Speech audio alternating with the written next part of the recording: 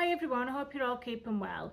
The reading that I'm going to share with you today is one that I've done on the missing person Amy Fitzpatrick. Now, Amy is often described as Ireland's Madeleine McCann. She went missing over in Málaga in Spain, and she was last seen on the 1st of January 2008. So this case really caught my eye because there's a lot of things around it that just don't make any sense at all. But I'm going to start with the disclaimer and say that this is for entertainment purposes only, my thoughts and opinions, it's not fact.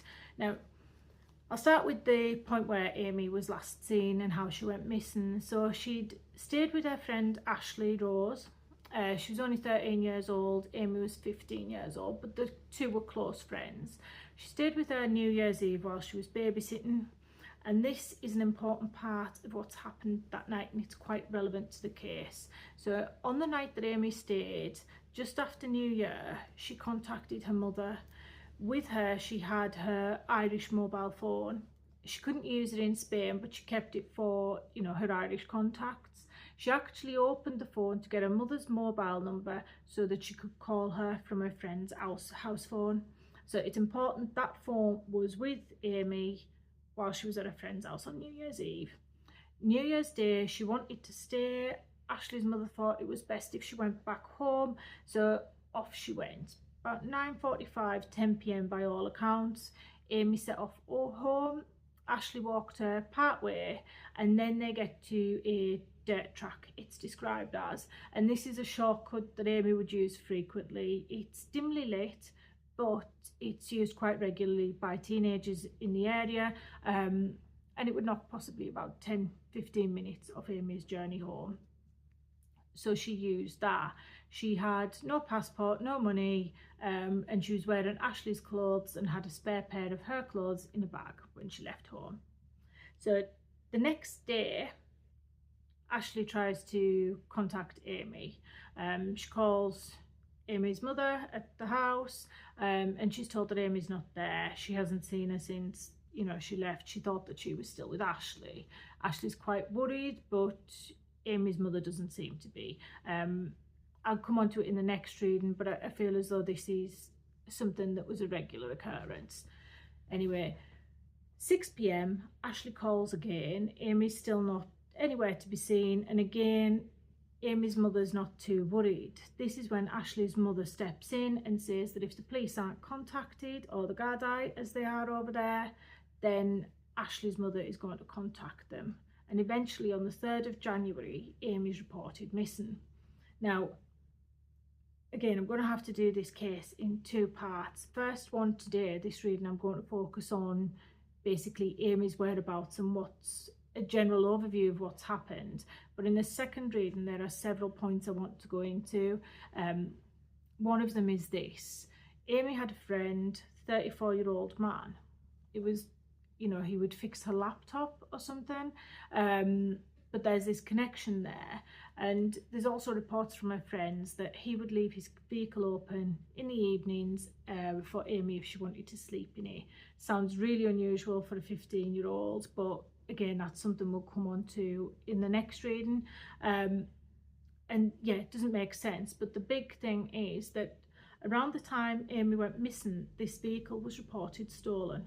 It's never been found. It's not an expensive vehicle. I think it was a white Ford Fiesta.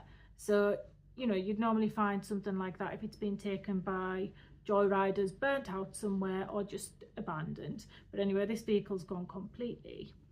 The second thing, Amy's Irish phone was found in her parents' house in their apartment, and they swear she never went back there. Third strange thing is that now I'm not sure how things work over in Spain, sort of from a legal perspective with missing persons, but Amy's mobile phone, her laptop or a laptop connected to the case, and the police reports, confidential documents, were at the solicitor's house. The solicitor's house was broken into around a month or two after Amy's disappearance, and all those items were stolen. What's unusual is that watches, money, anything of financial value was left there, and the solicitor's adamant that this burglary was to do with someone who wanted to cover up Amy's disappearance, which makes sense. Why wouldn't you burgle everything? Why would you just go for these files? Another point that I should make now is that in 2013, Amy's stepfather, Dave Mahone, he was charged with the manslaughter and served time in prison for killing Amy's brother. He always says he always maintained this was an accident. He was released after 5 years. The two were fighting, and he said that Amy's older brother, Dion, I believe he was called, was, you know, lunging towards him and ran into this knife. Again, we'll come onto that in the next reading. But Amy's mother then went on to marry Dave once he'd been released from prison. So again, there's all kinds going on around Amy, around this disappearance, but I'm going to talk you through the general overview that I'm getting from this reading. So with missing persons, the first thing I try to do is, where are they? So where Amy is, and I'm going to talk you through the cards. So there was a couple that fell out. There's the archetype cards, and I use them as places. I do like the place, the person, and the event, you know, the reasons. So the first one we have here is the mountain, and you can see it's pointing down.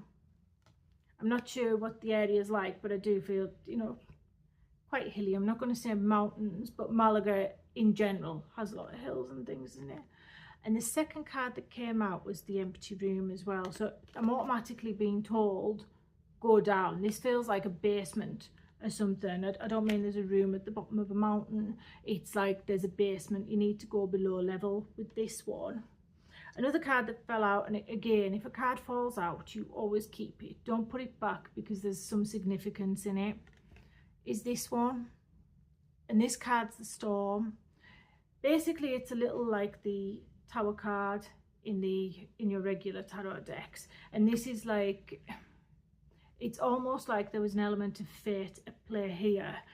But what else I'm feeling is, even though there was this fate at play, it was destruction, almost like the rug was pulled from under Amy. I feel around this card that she was looking for shelter. With the storm, it's like she was looking for somewhere where she could feel secure, just to escape the chaos that was going on around her. The other cards that I have on location. So the first one is the Five of Swords. Now with this, I feel like the area, because this is the location she is, I feel like in the area there's been some sort of conflict. I keep on feeling like some sort of fighting going on. I don't know whether that's arranged fighting or just an area where things like that happen. But I'm also drawing as well the arrows in this card, and they're telling me it's down. So the second card that we have, and this is colours that's around the area she is. So we've got this yellow green, but we've also got, it's a bit like fitness as well. And I'm wondering if, you know, the fighting, the fitness, is this some sort of area where there's a boxing gym or something close by? But again, yellows and greens, the main colours in this card. And I'm really drawn to the golds and yellows with this one. Now, the third one is symbols around where Amy's at. Now this is Pentacles, and the previous card was Pentacles too, so there's definitely something circular, like a wheel, I feel, around where she's at. But I'm also drawn to this card because when I think about wheels, I'm thinking about the man who was repairing Amy's laptops, and we've got the laptops in the background, we've got the male figure here, so, and that's symbol. So I feel like they're telling me that the car is close by too, and that this vehicle is quite relevant to Amy's disappearance. So advice when looking for Amy. Again, we have the vehicle's passion. This card's called Power, but I'm feeling as though this is a strip. So, you know, like in Malaga, in Spain, you'll have strips of activity, of hubs. So it's not, you know, out in the sticks. This is really quite close to where everyone is, close to a main hub, if you like. And the final, something to be wary of whilst looking. This, in terms of location, it's normally water or some sort of water feature that's around, and I feel as though this is more of a water feature. I don't feel it's a waterfall, I feel like it's more some sort of fountain that's close by, but I'm getting with this one, I almost feel like there's families around this card too, and that's what people need to be, you know, wary of whilst looking. How did Amy, you know, sort of why did she end up at this location? And the first cards I have here is uninterested, and you can see someone walking away. They're quite it's like they're quite deflated. She's not really, you know, with everything going on, with it New Year, with it Christmas and things like that, she's just not feeling in that mood. There's a lot going on internally, and again we have this card reflecting, but to me it's like she's wanting some form of respite. She went there because she felt, you know, this is where she wanted to go. Like I said earlier, she wanted to hide away from the storm. She wanted some sort of shelter, and she genuinely believed she was going to be safe. Something else about this location, about why she went there, that I want to go into. The first card that came out with the archetypes as to why she went there is this card, and this is the offering. So around this, I have to say, I do get a very strong female energy. A woman's invited her. Now, I'm saying a woman, this woman's not, you know, older or anything, but I do feel as though she's a little older than Amy, a lot more streetwise than Amy. But again, this is clarified by these cards. So we have an organised meeting here. And then with this one, we have the ringmaster, we have organised. So that's telling me, even though that this meeting was organised, she went to see, I do feel, a female, there's someone behind that pulling the strings. So it's almost like someone has told the female to arrange a meeting with Amy, which does seem quite a lot of, it feels like quite a lot to go to try and entice a child somewhere. What I also have is this card, this groupie, which again is confirmation that there's more than one person involved in arranging this meeting and setting it up. But I also feel this is, you know, it's a place where people would socialise, and I feel as though with Amy, she felt like she was going to meet a group of people. It's like a collective that she feels she's part of, and she feels safe with them. She doesn't feel as though she's in any danger. Now, how did she get there? This card. So again, I asked sort of where, how, why, and this one, Amy got there herself. So she took herself there to this, like I said, it was a pre-arranged meeting. Now, I'm not sure, in fact, I do get a feeling Amy did make it home. I don't know if anyone was actually in the house. I don't know if they were all drinking at a bar, whatever, but Amy made it home, and that's why she left her mobile phone there. Again, when I get the self, we also have this card. So this is the Mother of Pentacles. It should be the Queen of Pentacles in other cards, and I'm drawn to this card, the Mother of Pentacles, because life insurance too. I mean, this lady is basically doing as she's told, but I do feel as though this lady has a family. I'm not saying she's, you know, older with a steady family, lots of children, but there's definitely a child there and a partner around this woman at the time that she's met with Amy. And I also have these cards as to why she's got there. The first one is this. So I'm drawn to the phones on this. I know this says screenshots, getting evidence, proof and facts. But I feel this was arranged, it was done by mobile phone, and with this getting proof, facts, it's almost like they want to ask Amy certain questions, like they're trying to get information out of her.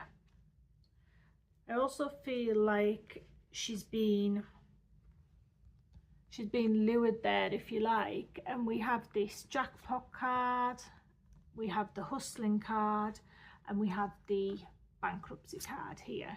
Now these two cards are telling me that Amy's been lured there. She feels like this is an opportunity for her to get money. It could be, I feel like some sort of employment, but I don't feel like it's not good employment for a 15-year-old. It's not legitimate employment. And this bankrupt card, I'm really getting the feeling that, you know, there's a lot of moral bankruptcy around this offer as well. Here we have the meeting itself, and it's almost like, you know, fishing for comments, it's like, again, it's some sort of interview, but it's not a formal job interview or anything.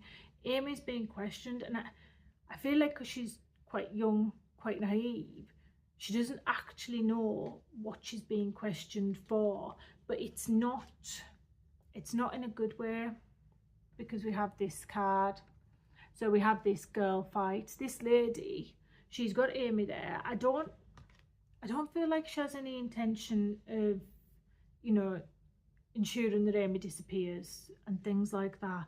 But this lady, definitely, she's not a friend to Amy. She's been told to do something, so she's doing it. And then we have this card that corroborates it. This is the clarifier. This meeting did not go to plan. It went wrong. Now the first card that comes out, why it didn't go to plan, is this here, this man. Quite a toxic character, very strong character, and the type of person that I feel a lot of people would be quite afraid of. We also have these cards, which I don't like, especially when they're around someone as young as Amy, but I'm not going to ignore this. So we have this toxic lover card, you know, a dangerous toxic lover, quite possessive, and I feel like this is linking to this male. He's I have the devil card with him too, so that's like narcissism, torture, ritualistic in a way, but I do feel like someone who had a lot of control over Amy. This is where it gets quite blurry. So this meeting didn't go to plan. Something's happened, the argument, and then there's this male. Now what I can't work out is whether Amy left the female first, or whether the male arrived around the time of the female, whilst the female was still there. I think the female definitely knows about this, but I'm not sure if she actually witnessed everything that had happened. But what I do have is this. So during the meeting and whatever happened after, on that evening, Amy was being watched, and I'm really drawn in both of these cards to the moonlight. And here we have the seven of cups as well. That can sometimes mean a bit of debauchery too. So I do feel as though there's an area where there's some bars with the 7 of cups. I'm thinking yeah, I feel like it's somewhere where there's bars where people would have a drink, but it's dark, moonlight, it's quite late on. I'm feeling like almost in the witching hours, but Amy's definitely being watched at this point, and there's this strong male energy around that. Why she's being watched, what's going on with her. I have these cards, so we have this, and I'm drawn to the fact that, you know, she's only 15. I feel like this male's quite a lot older, to be honest, but you have this daydreams, fantasies, like she feels you know, I do have to say, I feel like there was a partner around her, an older man, absolutely no good for her. But again, there she is, she's in her little daydream fantasies there, and she's just caught up. This is the Eight of Pentacles, but I'm drawn to the fact with the web, it's like she's caught up in this web, and I do feel as though with the Eight of Pentacles there's this work element around it, but she's really she's trapped in this. It's something that really, even if she wanted to, she would struggle to get out of. It's like she's in someone else's lair, she's in another person's clutches, and she's really going to struggle to get out. Now, this is where it gets, again, a little murky, which is why I'm going to have to go in and do a second reading on this.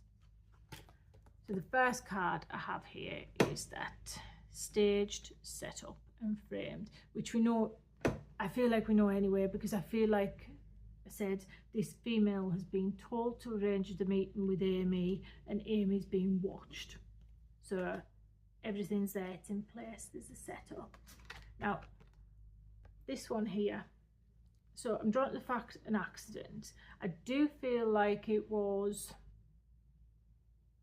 a very reckless accident. It's like, you know, it's not like an accident as in, oh, sorry, and someone slipped. It's a very reckless accident, like where someone isn't really thinking of the consequences of their actions. It's almost like someone's trying to teach her a lesson.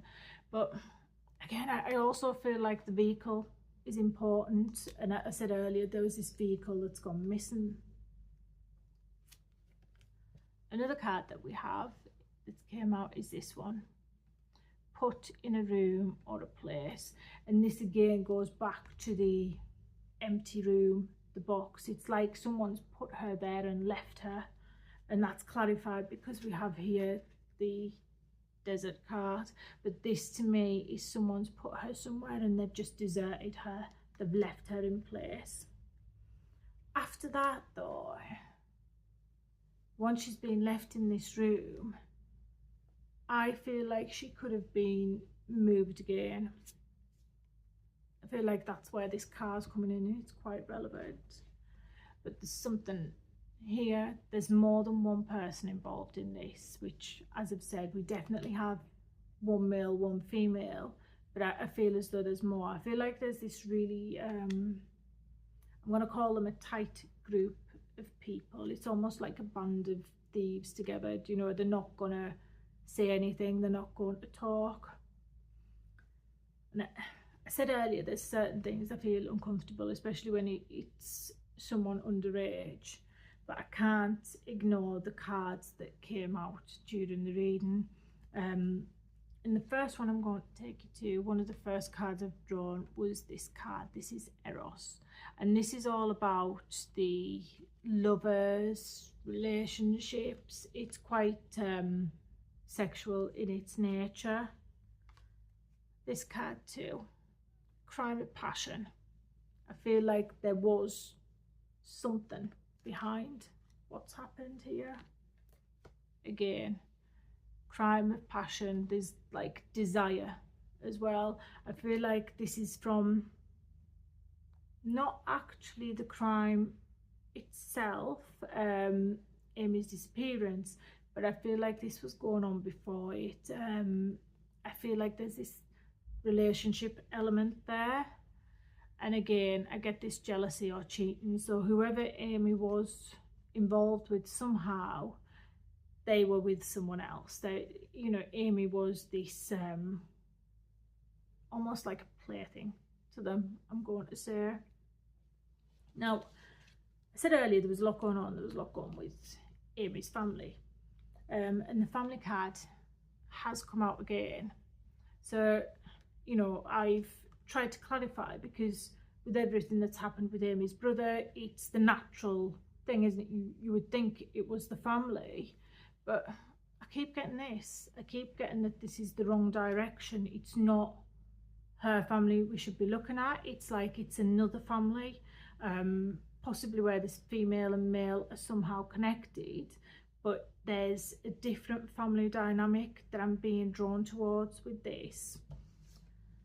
I'm also getting the Chariot again, this vehicle, or that Amy was moved, that's relevant. It's really relevant to this case. When I ask why it's relevant, egotism comes out, and it's not the egotism with the card. I'm being drawn to the vehicles on the road, so I'm feeling like she was moved in a vehicle. And again, you know, another clarifier on this vehicle, we have this dirt digging, you know, it's people searching on this card, and I feel like as though the vehicle is, would anyone sort of bury a vehicle or something? But the vehicle is basically, it's off the beaten track now. People are looking for it. So again, I'm being drawn to this car that was reported stolen. Will anyone come out with any evidence? So what I have here is that someone wants to talk. Someone wants to say about what's happened. Someone feels very guilty. And I'm being drawn to the female with this. I'm not sure if it's the one that actually met up with Amy, but there's a female here, and these two cards clarify this lady. So we have the dating card and we have marrying for money, and with this card there's this lady here. She's really unhappy. She's not comfortable in this relationship, but it's almost like she's trapped in it. I feel as though the person who she's married to is, you know, quite dangerous or connected to dangerous people. She's quite fearful of them, but I feel like she'd like to talk, but I don't feel as though this lady will. I feel like she's going to keep it to herself for quite a while now. But again, this case, there are so many questions when you look at the evidence, when you look at what's going on, but I do feel as though Amy's no longer with us, unfortunately. Something went tragically wrong for her over the new year. But again, I feel like I'm going to have to do a second reading. I'm going to have to go deeper to figure out the additional questions, sort of the robbery at the solicitors. I mean, my gut and everything is telling me that this is because someone was covering up something, and there's some sort of evidence in Amy's phone or a laptop. There's proof there of who she possibly was meeting with. Yeah, I feel like there's some proof on those items as to who she was meeting with. I don't know why there was no copy taken of anything that she had. Like, you know, why was this phone and thing, why was it just there? Couldn't they get the records from someone else? It just, yeah, it has, like, there's someone in authority as well that's possibly covering for certain people in this case. But I do hope I'm wrong. I do hope that they find her safe and well one day. But I will do another reading on Amy Fitzpatrick and try and go into each of those questions in a little more detail. Thanks.